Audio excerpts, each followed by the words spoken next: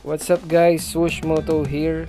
So for today's video, ipapakita natin sa inyo ang tamang pagkabit ng ating mga gulong at kung paano natin ito i-maintain para tumagal ito. Shoutout ko lang pala guys kung saan tayo palagi nagpapakabit ng gulong. Dito lang yan sa Silvestre Tire Max, located at Rotonda, Pasig City. Dito mabilis, masinop, maayos ang paggawa at higit sa lahat, very affordable yung kanilang labor fee dito. And for your awareness lang guys, sa pagtingin ng expiration ng gulong, ayan, 2/4/24, ibig sabihin February 4, 2024 siya ginawa. So ayan, front tire, ayan, kita nyo naman, the machine, hindi mano-mano, kaya hindi mabebengkong or hindi magagasgasan ang pintura ng inyong mga mugs. So tapos na nga ang ating front tire. At ito na ang isa sa pinaka-importante ay kung paano ninyo sineset ang PSI or yung tire pressure ng inyong gulong. So again, nakadepende ito sa inyong weight, kung madalas ba kayo may angkas, madalas ba kayong loaded.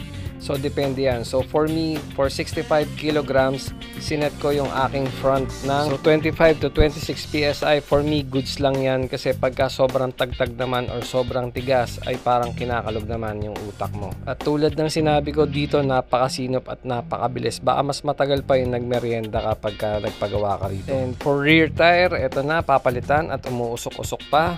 At syempre hindi yan kakalimutan lagyan ni tropa ng langis. So kailangan ng kaunting langis upang kumapit ito sa ating mugs para lapat na lapat at walang singaw. By the way, ang sukat ng ating mga gulong is 90/80 sa likod at 80/80 sa ating front. And setting again ng proper PSI. So for my rear, ginawa ko itong 28 PSI. And again, ang tire pressure is nakadepende kung para saan nyo ba gagamitin. Para sa leisure riding ba or para sa racetrack ba? Or para pang daily or pamasok lang ba. Just to share lang, ang pinakamalambot na natry kong PSI is 18. So that's advisable only for racetrack, but dito sa ating daily driven na motor ay kailangan nasa medyo tama or medyo matigas na PSI upang mas mapatagal ang buhay at ma-maintain ng maayos ang inyong mga gulong. So ayan, kitang-kita nyo, binasic lang ni tropa, parang ginawang roleta. And that's it guys. So for last reminder, kung sakali lang ma-running flat kayo or ma-flat kayo, ay wag na wag ninyong patatakbuhin ang inyong motor ng flat dahil may tendency masira ang inyong gulong or ang inyong goma.